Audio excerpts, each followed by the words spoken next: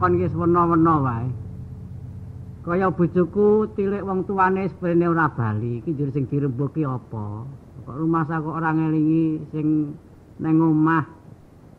Nek tak kandhani mesti nesune kok duit le golek utangan kon nggo genepi kok dadi kaya ngono dilalah kok. Wis. Ayo aku ya wis ora bungah-bungah nek gek nemoni kanugrahan, ora gresula nek nemoni kasangsarane kudune ngene iki. Wis mangsa bodho. Sing tak derma keri nglakoni kok ndedak. Loh, Le? Aku teko. Kene. Ngapa kok gresula? Ya ora apa-apa, ya wis saka ngomah wae apa? Ayo. Dhewe. Ayo dhewe, wong awan-awan dadak nganggo kanca. Ana apa to? Ayo ora apa-apa, nek do slamet wae to. Iya waras selalu. Mbak Yu rak ya lung lara ya. Kok lung lara kepiye nek ngomong karo wong tuwa celemongan. Lho tegese iki ya selamat. Iki wis 4 dina iki tilik nang desa, muni kono ndek gawe adine iki dadi mantenane aku ki tak rewangi ora mrono. Semestine sesuk kuwi le bali kuwi. Kok ya tega temen kowe. Lha tega kepiye wis gedhe tuwa. Nek lumrahe bojo lunga, iki kowe dadi dampingane, mendampingi Mbak Yu. Tegese nek ana bebaya nang dalan, ya nek ra dibetong liyan, nek dibeta kelangan ora kowe. Rembuke wong bingung atine. Wis padha gedhe tuwa ndek pikiran dhewe-dhewe. Mongko ya sing ngerti nggone. Marani wong tuane. Aku ya dienggo sak kepenake ta wong kono ya ngerti nggone. Aku dhewe ya ngrembug ngomah kecukupan kono ya cukup butuhe, ora usah mikir ding werna-werna, bega ya ben ora ya ben. Ora nggawa apa-apa kok le. Tak lara apa kanggo kok? Kaya beda karo adate pasuryanmu. Kok le uncupe ilung kuwi kaya tas lara pirang-pirang dina ki. Lara ora? Kuwi karo sedulur kok rumah saya kowe lewur agek sedina. Ya pancen kaya ngene iki, aku ki rak kesusahan to aku ki wis. Susah ya susah ora ya ora mula aku nek meneng wae iki. Nek susah ki mbok kandha karo sedulur.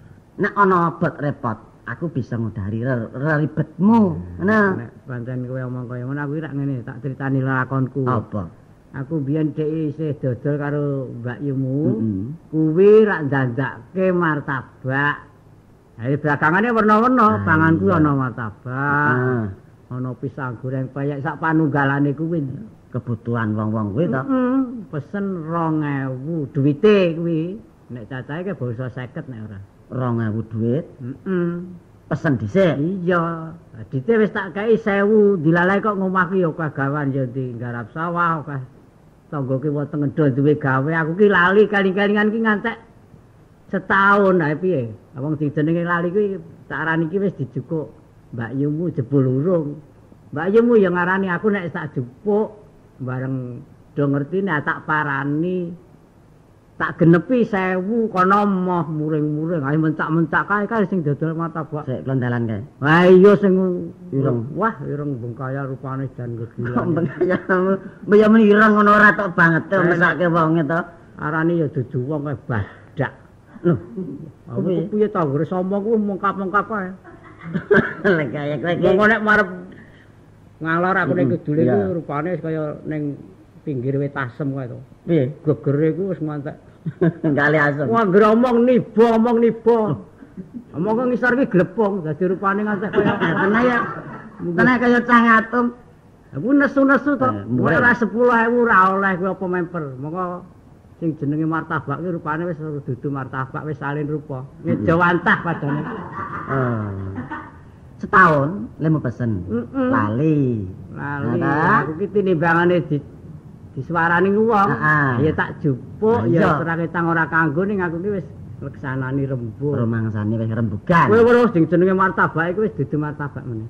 Lho ora wujude martabak lumrah kuwi to. Nek anyar kuwi wis ngantek setahun ki wis dadi tukul glagah alang-alang pokoke iku. Rupane ki apa martabak kok jembrung saking suwene. Apa-apa ki nek saking suwene rupane ki kaya lumutan. Ya lumut. Rupane iki metuntung kae nglengo ting jrebrit. Sing jenenge jamur kuwi. Jamur kuwi. Apa dadak dikerakap nganggo wel? Lah kuwi mane ya ditutupi wae karo kono kuwi. Dadi rupane iki wis kaya kena pedhut. Rupane kuwi. Wis kowe munggo mangan pisane mudhar saga kowe. Wong kuwi wong wis dudu lumrahing panganan. Ha iya. Sebab panganan sing wis taun. Kuwi udu panganan meneh kuwi wujude ngracun. Nah mula kuwi. Panganan setahun kok ya isih diimbu, isih dipasrah. Lah kono iki gegeki ana sing weling aku ya gegeki nek aku ki weling tak jupuk ora wetang tak nggo bandem-bandeman ki padane. Apa wis jadi kaya wilaan saron kan lho rupane iki. Wis pokoke saron membayar. barut ning anyar. Meling-meling nang atas. Ha kuwi muring-muring. Aku ki dilaporke muniku ning kelurahan kuwi. Aku ya ora ngerti ping kono terus ngamuk karo. Yo, tanteni ning kelurahan ngono. Nang kelurahan iki arep coplok kohir. Lho yang laporke kuwi kok. Lho nek lumrayem, Kang. Panganan barang panganan setahun mbak ya didol liyane nek pancen ora tok jupuk. Ya kuwi nek wong lumrah kae wong ora lumrah kok. Kae blasteran wong iki. Lho, sing dudu wong Jawa iki nyonyah sing lanang jim. Wis ya ora ana to, Kang. rupane kok ngono. Kowe ki ya aja banget bali musengit ora ana menungso kok blasteran karo lelembut ki. Wong gregetke banget kaya apa-apa golek menange dhewe apa-apa golek menange dhewe. Aku ki wis seneng kerengan wis tak. Lah iya. Iblis kadimburi kuwi. Aku ngerti cilik-cilikamu, ngerti yen kowe iki wong anu sabar, ora seneng sulaya. Nah ta? Wis saiki gandeng aku krungu keteranganmu sing gumathok. Ya, manut aku. Ya wis pokoke iki Tak tulungi. Bot repote kowe le dancam karo bakule martabak. Apa-apa aku. Aku kelangan duit ya gelem waton iki ra sulaya. Ngono, ya seben ngono. Bakune awak dhewe ora seneng sulaya marang liyan. Engko dite 1000 tak kake njur martabak jeng 50 ora jejelke. Oh iya, Cak. Kuwi jenenge kowe ngancam. Aja nganake pangancam. Ora ngancam kuwi jenenge ndulang ngono ta kuwi. Iya, nek ndulang ora ndulang wong tresna, ndulang wong sengit ya. Nek bocah didulang mboko setuwe nek wis tak 10 arep tak dulang tak tulungi. Ning kowe aja ngancam. Ora ya ben pokoke men ora ngribeti aku. Ning kono muni diputus nang ora. Wis aku iki perkara iki digedhekke niate. Wis. Kowe aja melu-melu. Rembug iki aku. Wis, tenan po? Pikirmu tentremno. Aja tok gawe goreh lan rongeh. Aku ana apa-apane. Kapan semayane nang kelurahan? Ya saiki iki mestine. Jam pira? Kuwi jam 09.00 apa piye? Saiki jam pira? Aja nganti nyelayani bab karo pemerintahan. Ya iki engko upama mlaku tekan kono ya jam 09.00 kurang sithik liwat sithik seprene iki saiki wis berapa jaman to iki. Murih cepete nganggo kendaraan piye becak. Wis mlaku wae wis. Mlaku alon-alon karo ngenam-nam pikir supaya awak dhewe masuli bener. Yo mangkat.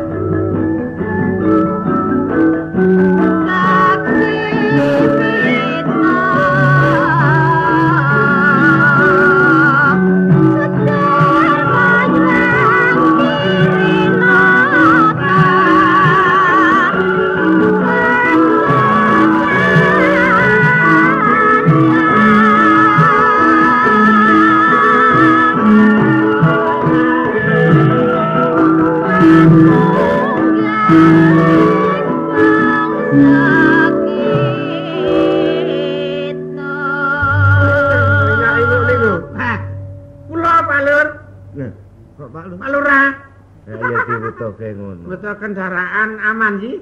Oh, aman. Namung mboten wonten lampone nek dilebok. Leboke mawon. Mangke ndak kudulanan. Kenapa nih, Bu? Kendaraan. Yen beto kok. Sampeyan Mboten beto. ning gadah. Mboten cedhak. Mboten pindah-pindah kok kula ndek kendaraan. Dikecake, Pak. Nggih. Kula ajeng mantuk. Lho, ha daleme kelurahan iki to? Lha mboten mburi rika. Oh, itu mot.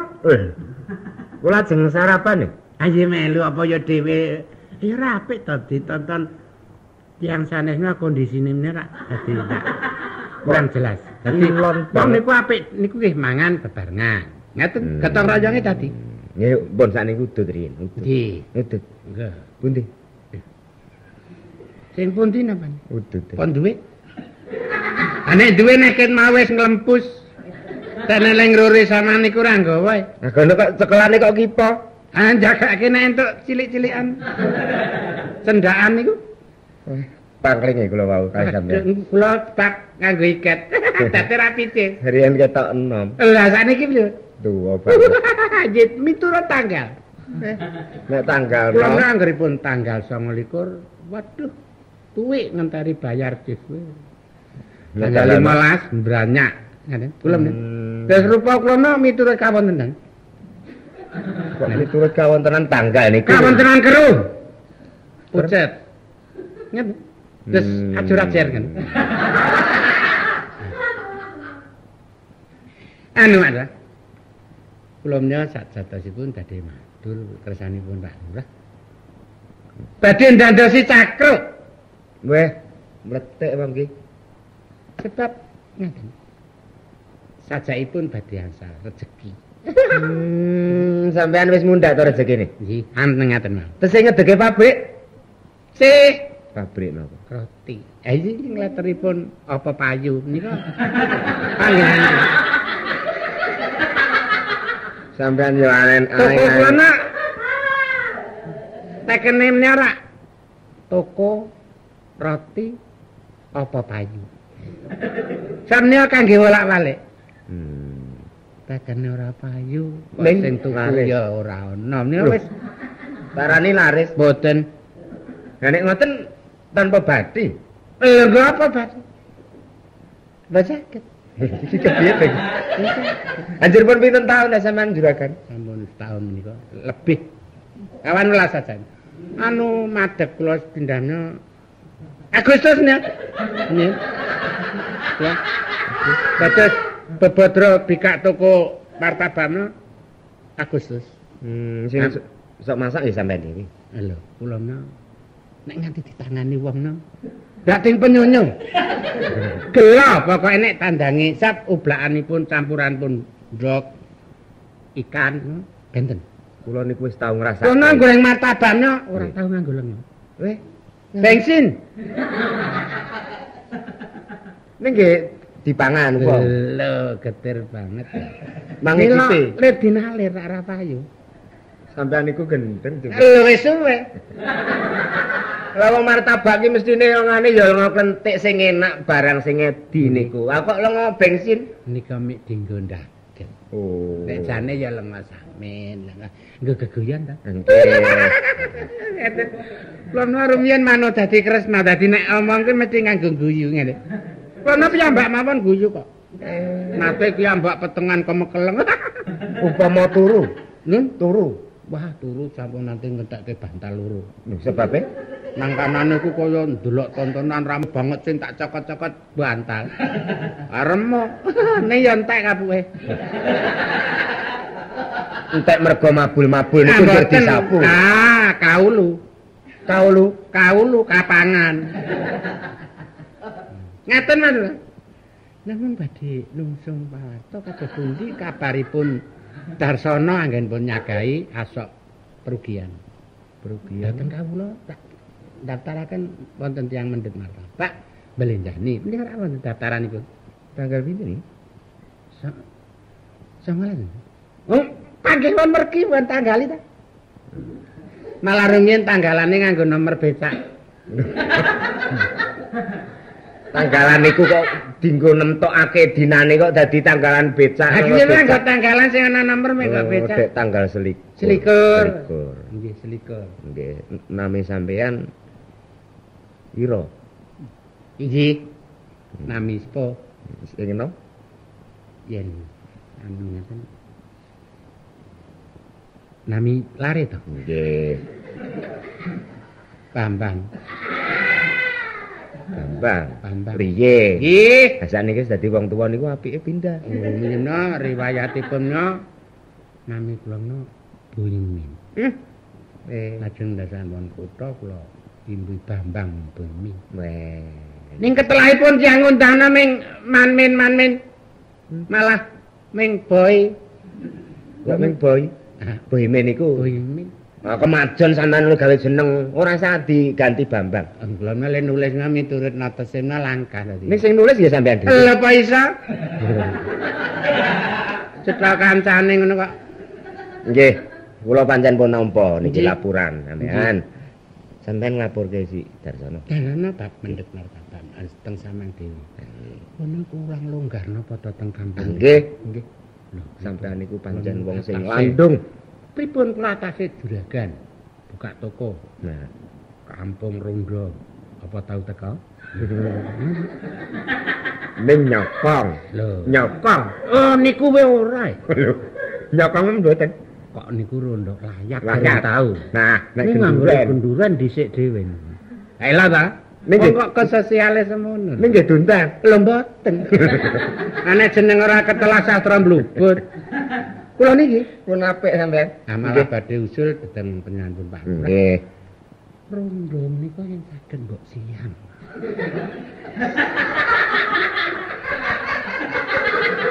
Sebabe napa nek rondo kok siang nek bengi pripun? Dalune ya ora umum.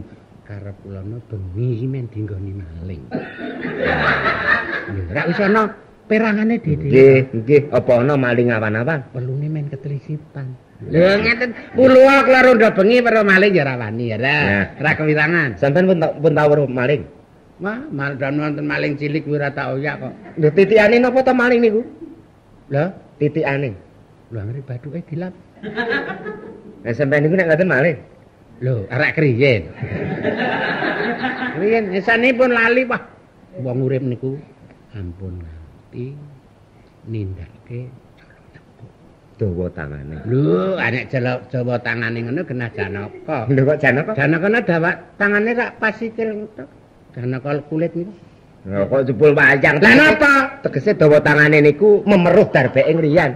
Sampeyan kudu bisa metani. Empun nek teng omah bojo kula tumane karo agaman niku. Nggih nek kula kan metani kudu ndelik ayo isen ta. Tegese niku metani niku tuna lan batine. Tur metani bojo kula niku gampang. Nggih. Tuma niku langka tenggen rambut. Nggih pundi? Mesti muntuk nggen butak niku lho. Bojo sampeyan napa nggih tiyang? Nun, Tiyang. terus pundi? Bojo sampeyan napa nggih tiyang? Sakniki Hadiah? nek kirian cekap kewan-kewan niku. Lurah kok ana daftarane kok takon kok ora. Aja nek kok tuma kok muntuk nang nggon belang. Tegese niku ngiyep teng alun-alun mriku. Sing kula karepke niku bisa nintingi ala lan becik bener lan luput. Sampeyan nyolong niku rugine wong sing dicolong Nggih. nipun. Lah susah ya nek ra anak bojo. Nah, Nek anak-anak lho sampeyan niku Lah nggih kula ngewangi samang dan niku lek mbantu jenenge. Wah niku wis bantu rembuke lurat. Lho ra pun to. pancen sampeyan niku mbubut nggih. Pancen kudu segar lan insah. Wong urip niku ampun sakenya-kenya.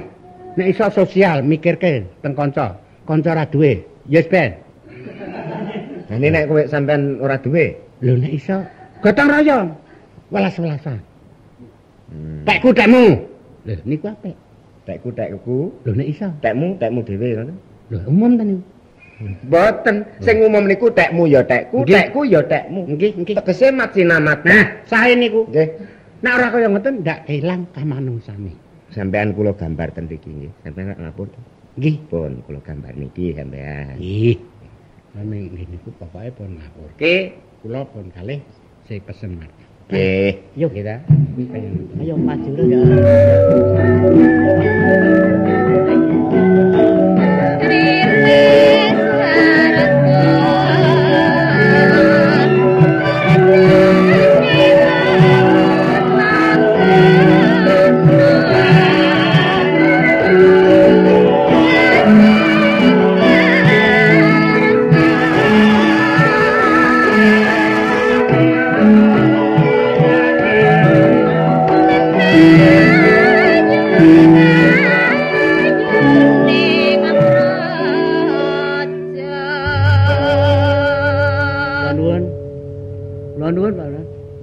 Hei, Kula dem apa nih? iya kae wonge kae sing kae.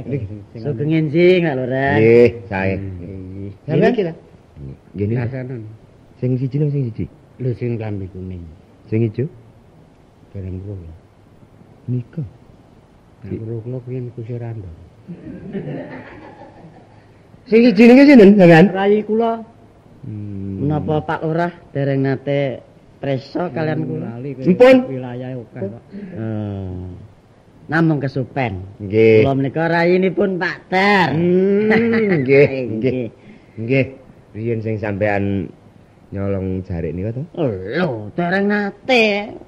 Kula niku wong urip dasare jujur kok. Colong jupuk niku nek ora kepepet ora tau.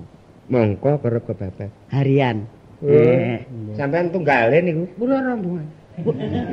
Kok yo ngegongi terus sampean niku?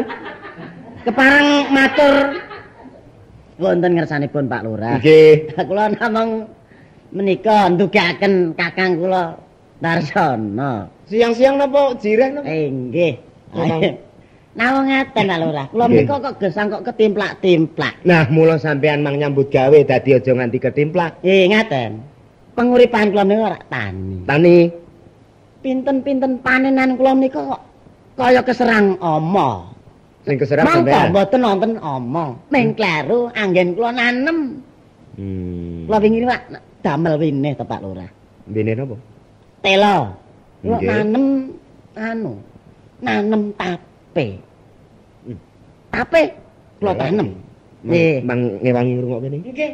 Nanem tape. Tape. Kok tegalan tak tanduri tape kok tanpa manen niku aduh gesang kula lajeng kados pundi Pak Lurah. Lah sampean nanemi akeh. Mong non Le nanemi akeh. taun kali hektar Pak Lurah. Nah niku jan Tape sedaya menika kados Mana teng plenyek. lho kok teng plenyek nggih durugi to. Mang rugi mboten? lah nanem ae. Ora tukul. Mboten Niku saking gendeng sampean niku. dos pundi? Wong barang mateng utawa barang mati kok dikon urip utawa tukul ora kelakon niku. Oh, Barang mati niku ora tukul. oh ngaten to. Barang mati ora mana. Ngoten? Dadi nek barang mati niku pokoke ora mundak. Ora mundak. Oh, barang mati ora mundak. Ora mundak. Tape mboten bisa mundak. Ora mundak. Oh, ngaten. Padani iwak pun Mati. Nggih. Ora mundak. Oh. Nek endok Nek ndok. Nek ndok pripun? Ndok. Nggih. Kok tekan iki? Niki kok dadi ndok. nggih. Ndok nggih mboten. Ndok mun mati to? Nggih. Padane barang mateng lan Nggih. mati ta niku. Nggih. Tape niku cetha mane telo. Nggih. Pun mateng. Nggih. Mati ta niku. Nggih. Ora mundak. Ora mundak. Iya. Iwak Iwak mboten. padane mateng. Wis ora bakal bisa manak. Ora. Nek endok Pak. Ndok nggih mboten. Iku Saged Pak Lurah. Ndok kok. Ndok mun mateng lho niku. Ndok niku iso netes lho. Lho nek barang urip Lho angke. dingremi. Angki. Nah niku mati kok pun Oh, digocek. mboten. Nah, pun utawa digoreng niku wis ora bakal Lah, mundak. wong gendeng apa? iki ngendika sampean dhewe. Nggih. Ngendikane Pak Lurah lan putusane Pak Lurah. Niki malah seksine niki sing Nggih. ngomong. Ndok mateng ora Ora mundak. Lho Pak Dar.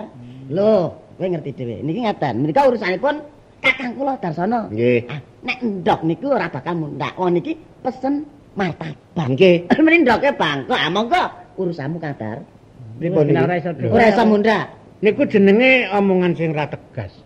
Sampeyan niku janjane pripun to? Lah wong Niki? tape kok jet karo ndok. Beda no. Lah nggih mboten. Niku nggih panganan kok. Ndok nggih panganan. Nek ngono Tape ning nggih arep panganan. do pinter-pinteran ngomong kuwi. Lah sampeyan yo arep ngreka. Lah nggih. Napa kelakon nek martabak kok le pesen wis setahun gitu kon manak utawa mundak. Nggih. Mboten kelakon. Ah, Malah nggih. sampeyan niku wajib. Niku wonge monggo tak ngremke niku iso netes. Nah, nggih. Nggih, pun saniki ngeten mawon nggih gandeng kula ya kaya ngoten ya ora arep njaluk bali kula Mboten. ya hati-hati. Duwite dipasrahke mriki. Duwite dibalekke. Nggih. Nggih, Pun. pokoke dite kula balekke. Nah, nggih. Iki kula genepi. Kuwi iki jero piye? Urusane. Urusan iki pokoke Pak Lurah pun Wis niki duwite manggo apa? Oh, nggih. Nggih. Mangke nek perkara niku rampung. Nggih. Dadi kula wis ora entuk apa-apa. Mboten. Lagene ora praile dodol. Dadi niki jenenge ra arep brakot ning malah gebrakot. Kecopot. Nggih, Nggih, nggih, nggih.